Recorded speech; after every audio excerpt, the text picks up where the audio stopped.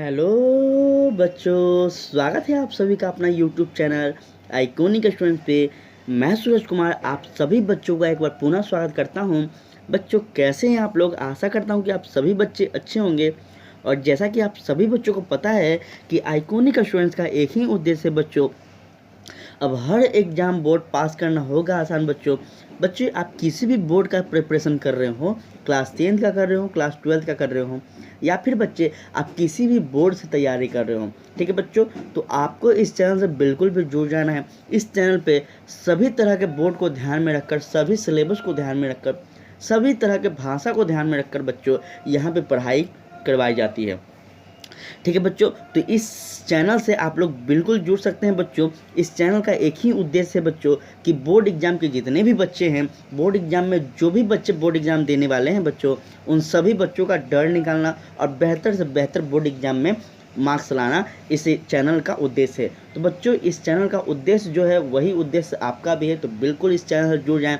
और जो बच्चे हमें यूट्यूब पे फॉलो कर रहे हैं वो हमें इंस्टाग्राम और फेसबुक पे भी ज़रूर फॉलो करें, और जो बच्चे हमें फेसबुक इंस्टाग्राम पे फॉलो कर रहे हैं वो बच्चे हमें यूट्यूब पे भी ज़रूर से ज़रूर फॉलो करें बच्चों। तो चलिए बच्चों, इसी के साथ हम लोग आगे के सेशन में स्टार्ट करते हैं। और जैसा कि आप सभी बच्चों को पता है कि अभी हम लोग क्लास 10th और क्लास 12th का सिलेबस पूरा कवर करवा चुके हैं बच्चों, और आज 1 फरवरी है। आज से क्लास 12th के बच्चों का बिहार बोर्ड वाले का आज से एग्ज़ाम स्टार्ट हो चुका है। तो सभी बच्चों को बेस्ट ऑफ लक। और आज से हम लोग क्लास 10 का सिर्फ क्लास करेंगे, और आपका लगभग 2-2:30 बजे के बाद आपका 12th का बच्चों का जो आज एग्ज़ाम है उसका हम लोग डिस्कशन करेंगे, ठीक है। तो बच्चों आप लोग को पता होना चाहिए कि अभी हम लोग क्लास 10th का और 12th का जितने भी आरंभ है प्रचंड के नाम से बैच चला रहे हैं, जिसमें हम लोग पूरी तरह से बोर्ड एग्जाम में पूछे गए प्रश्नों का संग्रह कर रहे हैं, उसका हम लोग रिवीजन कर रहे हैं, ठीक है बच्चों। तो चलिए देर ना करते हुए हम लोग सेशन को करते हैं स्टार्ट। सबसे पहला प्रश्न कह रहा है आपसे कि वन संपदा का एक उदाहरण है। बच्चों वन संपदा क्या है ये हम आपको बहुत ही अच्छे ढंग से पढ़ाए हैं, ठीक है बच्चों। तो वही आपसे पूछ रहा है कि वन संपदा का उदाहरण क्या है। क्या मिट्टी है बच्चों, क्या जल है, या फिर बच्चों लकड़ी है, या फिर इनमें से कोई नहीं। बच्चों आप एक बार कमेंट में आंसर जरूर दे दें बच्चों, ठीक है। इसका आंसर क्या हो रहा है, तो लकड़ी हो रहा है बच्चों। वन संपदा, वन क्या है, वन तो लकड़ी है, जंगल है ना। ये सब कॉमन से आपका प्रश्न है बच्चों, इसी तरह का प्रश्न आपको बोर्ड एग्जाम में देखने को मिलते हैं, ठीक है। कह रहा है सरदार सरोवर बांध किस नदी पर निर्मित हुआ है। बच्चों सरदार सरोवर बांध हम आपको पढ़ाए थे, किस नदी पर निर्मित हुआ है जरा आप लोग बताइए, ठीक है। तो याद रखिएगा बच्चों नर्मदा नदी, नर्मदा नदी घाटी परियोजना हम आपको पढ़ाए थे बच्चों, ठीक है। तो उसी का यह क्या है, उसी नदी का यह वहाँ पे क्या हुआ, निर्मित हुआ है। निम्नांकित में से कौन जैव अविनकरणीय पदार्थ है। बच्चों अविनकरणीय पदार्थ कौन सा है इसमें से बताइए। क्या डीडीटी है, कागज है, वाहित मल है, या फिर इनमें से कोई नहीं है। बच्चों एक बार इस सेशन को आप लोग शेयर कर दें, ठीक है बच्चों, एक बार सेशन को शेयर कर दें। आप सभी बच्चों से रिक्वेस्ट किया जा रहा है कि एक बार सेशन को शेयर कर दें उन सभी बच्चों को जो बोर्ड एग्ज़ाम देने वाले हैं या फिर आगे चल के वो देने वाले हैं, ठीक है। वो अपने एग्ज़ाम के लिए प्रिपेयर हो जाएं। यह वास्तविक में उन बच्चों ही के लिए चैनल है जो वास्तविक में अपने बोर्ड एग्ज़ाम को लेकर, प्रिपरेशन को लेकर परेशान हैं, ठीक है। तो इसका सही आंसर हो जाएगा बच्चों DDT, ठीक है बच्चों, इसका सही आंसर क्या हो जाएगा, DDT। चलिए आगे हम लोग बात करें, ऑप्शन नंबर ए इसका सही आंसर हो गया। चलिए कह रहा है आपको कि कोलीफॉर्म किसका समूह है। कोलीफॉर्म जो है बच्चों किसका समूह है। क्या वो प्रोटोजुआ है, विषाणु है, जीवाणु है, या फिर उपयोग में से सभी का है। थोड़ा सा आप लोग एक बार इसका आंसर कमेंट में दे दें। देखिए बच्चों कमेंट में आपको आंसर बिल्कुल ज़रूरी देना है, क्योंकि आप सभी बच्चों का कुछ ही दिन का एग्ज़ाम बचा हुआ है बच्चों, और आपको पता चलना चाहिए कि आप कितने ज़्यादा अपने एग्ज़ाम को लेकर प्रिपेयर हैं, ठीक है बच्चों। तो कमेंट में आप लोग अधिक से अधिक आंसर लगाते रहें। इसका सही आंसर हो जाएगा बच्चों ऑप्शन नंबर सी, ठीक है, जीवाणु। चलिए आगे हम लोग बात करें तो आगे कहता है निम्न में से कौन सा जैव निम्नकरणीय प्रदूषण है। बच्चों निम्नकरणीय प्रदूषण कौन सा है। बच्चों थोड़ा सा आप लोग कमेंट में हमें बताएं। क्या वो प्लास्टिक है, कृषि उत्पादित अपशिष्ट है, कीटनाशी है, या फिर कीटनाशी है। बच्चों पीड़नाशी है या फिर कीटनाशी है। इसका सही आंसर क्या हो जाएगा बच्चों? तो कृषि उत्पादित अवशिष्ट जो है बच्चों, इसका सही आंसर हो जाएगा। ठीक है, इसका सही आंसर क्या हो जाएगा? कृषि उत्पादित अपशिष्ट। चलिए आगे हम लोग बात करें तो कहता है बच्चों आगे कि निम्न में से कौन सा जैव अभिकरणीय प्रदूषण है। बच्चों अभी जस्ट हम लोग ऊपर में हम लोग देखे हैं, क्या है? अभी जस्ट हम लोग ऊपर में देखे हैं जैव अभिकरणीय पदार्थ है, यहाँ पूछ रहा है। और यहाँ पे पूछ रहा है आपसे बच्चों क्या क्या पूछ रहा है बच्चों? यहाँ पे आपसे पूछ रहा है जैव अभिकरणीय प्रदूषण पूछ रहा है बच्चों। तो आप लोग जरा सा यहाँ पे बताएं कमेंट, क्या मल मूत्र है, या फिर बच्चों यहाँ पे क्या हो जाएगा? कृषि उत्पादित अपशिष्ट है, घर की रसोई का कूड़ा है, या फिर कीटनाशी है। बच्चों इसका सही आंसर क्या हो जाएगा? प्रदूषण की बात की जा रही है। और याद रखें बच्चों, इसका सही आंसर ऑप्शन नंबर डी हो जाएगा बच्चों, कीटनाशी। ठीक है, सारा का सारा आपको पढ़ाया गया चैप्टर है बच्चों, सारा आपको नोट्स दिया गया हुआ है।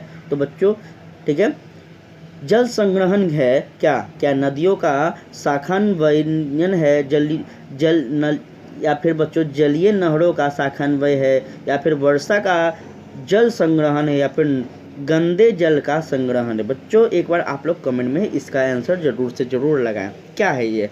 बच्चों इसका सही आंसर हो जाएगा आपका वर्षा जल का संग्रहण है। ठीक है, वर्षा जल का संग्रहण है, ऑप्शन नंबर डी इसका सही, ऑप्शन नंबर सी इसका सही आंसर हो जाएगा। ठीक है बच्चों, कह रहा है टिहरी बांध परियोजना का निर्माण किस प्रदेश में किया गया था? बच्चों याद रखेंगे टिहरी बांध मतलब आपको हम पढ़ाए हैं, और याद रखेंगे आप सभी को टिहरी बांध का हम किस तरह से आपको बताए थे।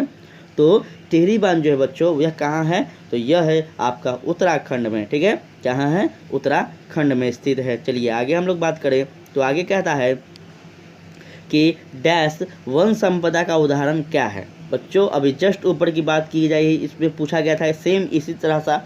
तो अगर आप सभी बच्चे थोड़ा सा भी अगर अपने एग्ज़ाम को लेकर टैलेंटेड बच्चे हैं, थोड़ा सा भी अपने एग्ज़ाम को लेकर आप लोग सीरियस हैं, तो 100% इसको सही ही करके जाएंगे। ठीक है बच्चों, इसको सही करके ही आप लोग जाएंगे।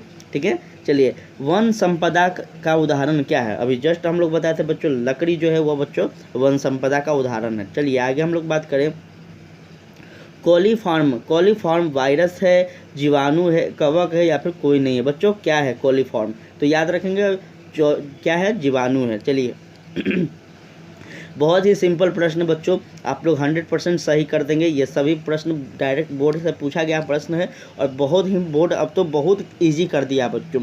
बस आपको क्या करना है, तो आपको जितना भी चैप्टर है उस चैप्टर पर कंटेंट बनाए रखना है। अपने चैप्टर पे जो भी कंटेंट उस है उस पर आपका पकड़ बनाए रखना है। बस इतना कर लीजिए, आपको कोई भी एग्ज़ाम आपको नहीं पछाड़ सकता। याद रखें, आप किसी भी बोर्ड का तैयारी कर रहे हो।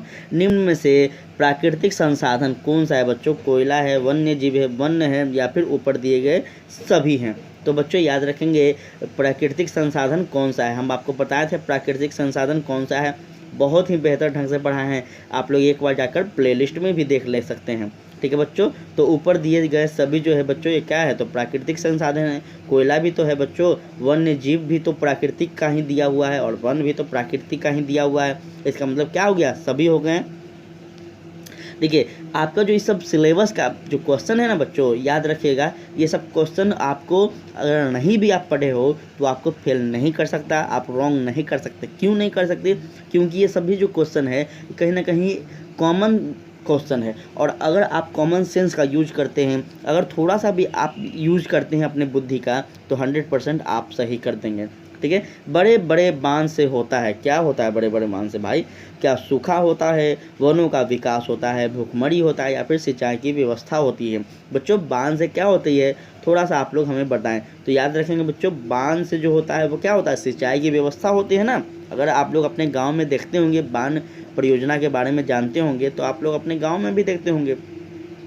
ठीक है, कह रहा है आपसे 13 नंबर प्रश्न कि वन संरक्षण का उपाय है क्या है बच्चों? क्या वह नए वृक्षारोपण द्वारा वनों का कटाई पर रोक, जनसंख्या वृद्धि पर रोक, या फिर इनमें से सभी? बच्चों इसका सही आंसर क्या हो जाएगा? तो याद रखेंगे बच्चों, वन संरक्षण का उपाय क्या है? तो नए वृक्षारोपण द्वारा तो जरूरी है बच्चों, वनों की कटाई पर रोक लगाना भी जरूरी है, और जनसंख्या तो सबसे इम्पोर्टेंट कहीं ना कहीं एक चीज़ है बच्चों इसमें। तो इसका सही आंसर हो जाएगा ऑप्शन नंबर डी।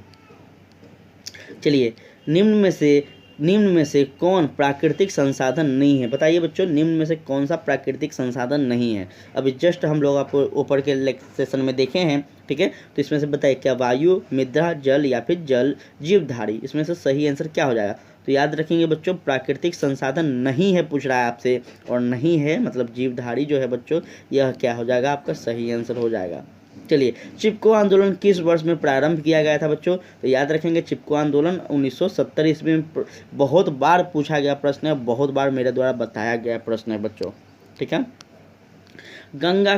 गंगा कार्य योजना किस वर्ष आरंभ हुई थी? तो बच्चों, गंगा कार्य योजना जो है वह आपको 1985 ईस्वी में आरंभ की गई थी, ठीक है बच्चों। पृथ्वी पर ऊर्जा का मुख्य स्रोत क्या है? क्या कोयला है बच्चों? ऊर्जा का पूछ रहा है, एनर्जी का, ठीक है। क्या कोयला है या फिर सूर्य है, पानी है, लकड़ी है बच्चों? तो ऊर्जा का जो मेन स्रोत है वह क्या है बच्चों? तो सूर्य है। कहीं ना कहीं सूर्य को हम लोग कहते हैं भी ऊर्जा का देवता है, ठीक है। सूर्य देव को हम लोग ऐसे भी कहते हैं, ठीक है बच्चों। चलिए आगे हम लोग बात करें तो 18 नंबर प्रश्न कह रहा है आपसे कि निम्नलिखित में कौन सा प्राकृतिक संसाधन है बच्चों? प्राकृतिक संसाधन कौन सा है? क्या गंडक नदी है, ईंटें है, सीमेंट है या फिर बांध है? प्राकृतिक संसाधन कौन सा है बच्चों? तो याद रखेंगे, आपको गंडक नदी जो है बच्चों, यह आपका प्राकृतिक संसाधन है, ठीक है। ईंटें थोड़ी ना है, सीमेंट थोड़ी ना है। चलिए, स्वच्छ जल का पीएच मान कितना होता है बच्चों? स्वच्छ जल का पीएच मान कितना होता है आप लोग बताएं। और यह सभी बच्चों को 100% पता भी होगा कि स्वच्छ जल का पीएच मान कितना होता है? तो 7 होता है, ठीक है बच्चों, 7 होता है। निम्नलिखित में से कौन प्राकृतिक संसाधन नहीं है? बार बार एक ही चीज़ पूछा जा रहा है बच्चों, और इसका आप लोग इस चीज़ का ध्यान रखेंगे। एक चीज़ पूछने का तात्पर्य है कि हम एक चीज़ ज़्यादा टाइप किए हुए हैं, इसका मतलब यह है कि यह प्रश्न कई बार प्रश्न लगातार दोहराया गया है बच्चों, यह हम इसमें बताने का प्रयास कर रहे हैं। इसका सही आंसर ऑप्शन नंबर डी हो जाएगा। चलिए, ठीक है बच्चों, तो इसी के साथ बच्चों आपका होता है आज का यह सेशन समाप्त। 20 प्रश्नों के संग्रह के साथ आज हम लोग, ठीक है, इस सेशन को करते हैं समाप्त। किसी बच्चों को किसी भी टॉपिक पे अभी भी डाउट रह गया हो बच्चों, तो मात्र आपका 10 डेज बचा हुआ है आपके एग्ज़ाम का बच्चों। आप सभी बच्चों से रिक्वेस्ट है कि आप लोग कमेंट जरूर करें कोई भी टॉपिक रह गया हो तो, ठीक है। और बच्चे एक बार सेशन को शेयर कर दें, लेक्चर अच्छा लगा हो तो लाइक कर दें, सब्सक्राइब कर दें, ठीक है बच्चों। अपना उद्देश्य यही है कि अधिक से अधिक बच्चों को बोर्ड एग्जाम में बेहतर से बेहतर रिजल्ट दिलाना और बेहतर से बेहतर समझ बनाना, ठीक है बच्चों। आप लोग पढ़ते रहें, हंसते रहें, मुस्कुराते रहिए। कल मिलते हैं नए सेशन में, ठीक है बच्चों। तब तक के लिए जय हिंद, जय भारत।